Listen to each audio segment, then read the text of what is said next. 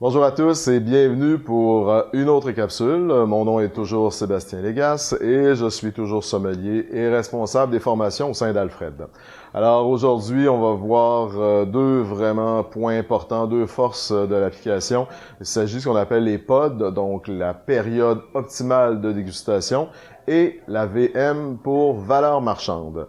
Donc, vous allez bien saisir l'historique un peu du pod. C'est évidemment une série d'informations qui ont été cueillies par nos sommeliers, conjuguées avec des algorithmes mathématiques très puissants.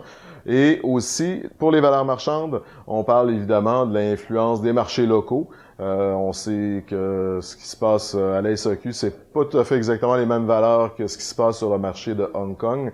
Donc, vous allez voir là, que la base de données d'Alfred est particulièrement bien garnie d'informations sur ces deux sujets.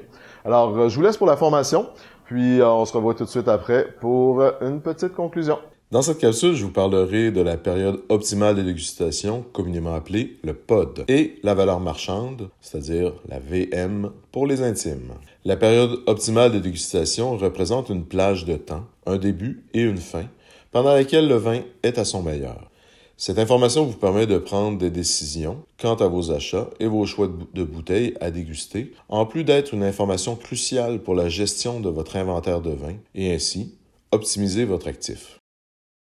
Le POD est un mélange du travail de nos sommeliers et de puissants algorithmes développés par Alfred afin de modéliser le vieillissement des vins, tenant compte notamment du millésime, des conditions climatiques et du format. Les différents statuts dans l'évolution d'un vin sont les suivants: l'ascension, maturité, à boire et en déclin. Le POD n'est pas une mesure absolue. Il sert à vous guider dans votre gestion. Nous tentons de donner la valeur la plus précise possible lorsque nous établissons le POD d'un produit, mais certains facteurs extérieurs sur lesquels nous n'avons pas de contrôle, tels les conditions de garde et le transport des bouteilles, peuvent affecter sa période optimale de dégustation. Pour la valeur marchande, elle se trouve associée à un produit et à son millésime. On la retrouve dans le résumé du vin ainsi que dans sa fiche produit. La VM va évoluer dans le temps selon certains facteurs, que ce soit par l'augmentation générale des prix ou parce que le produit est rare et prestigieux.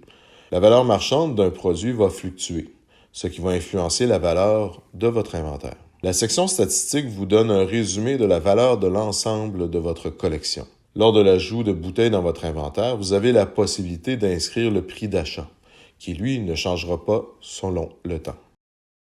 Le prix d'achat est personnel, tandis que la valeur marchande est déterminée par Alfred, qui tient compte des marchés locaux et des influences internationales. Voilà, vous en savez donc plus sur les forces d'Alfred, soit la période optimale de dégustation et la valeur marchande, deux outils essentiels pour faire une gestion intelligente de votre cave à vin.